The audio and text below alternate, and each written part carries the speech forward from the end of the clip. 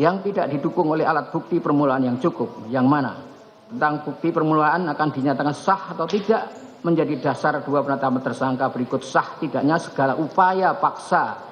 yang dilakukan termohon dalam pra-peradilan ini, apalagi lazimnya pembuktian terhadap dugaan dua tindak pidana yang berbeda tentu menggunakan alat bukti yang berbeda pula, maka konsekuensinya tidak menutup kemungkinan terhadap alat bukti yang digunakan pada masing-masing dugaan tindak pidana berbeda dan tentunya berpotensi mempengaruhi hasil penilaian hakim atas keabsahan alat bukti permulaan yang digunakan untuk penetapan status tersangka pada kedua dugaan tindak pidana tersebut, yang bisa saja pada satu penetapan tersangka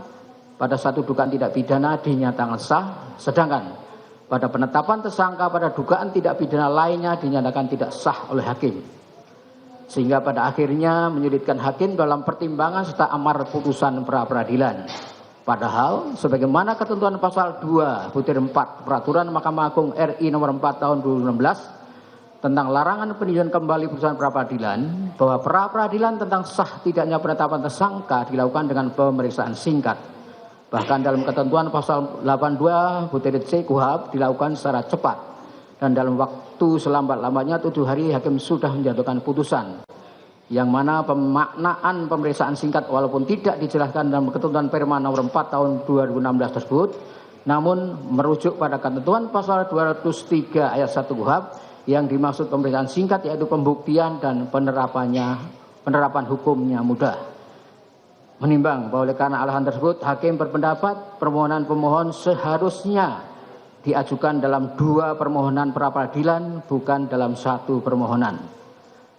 Menimbang bahwa dengan demikian permohonan pemohon yang menggabungkan tentang sah tidaknya 2 surat perintah penyidikan atau sah tidaknya penetapan tersangka dalam 1 permohonan haruslah dinyatakan tidak memenuhi syarat formil permohonan pra-peradilan. Maka terhadap eksepsi termohon A2 tersebut beralasan hukum dan patut dikabulkan.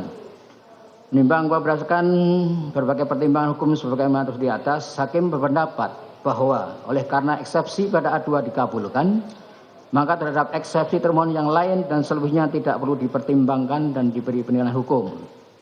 Menimbang oleh karena eksepsi termohon dikabulkan, maka terhadap pokok perkara ini tidak perlu dipertimbangkan dan diberi penilaian hukum lagi. Sehingga dengan demikian, hakim berpendapat bahwa permohonan pra-peradilan dari pemohon adalah dinyatakan tidak dapat diterima. Menimbang oleh karena permohonan pra-peradilan pemohon dinyatakan tidak dapat diterima, maka pemohon dibebani untuk membayar biaya perkara yang timbul dalam permohonan ini, yang jumlahnya akan ditentukan dalam amar putusan di bawah ini.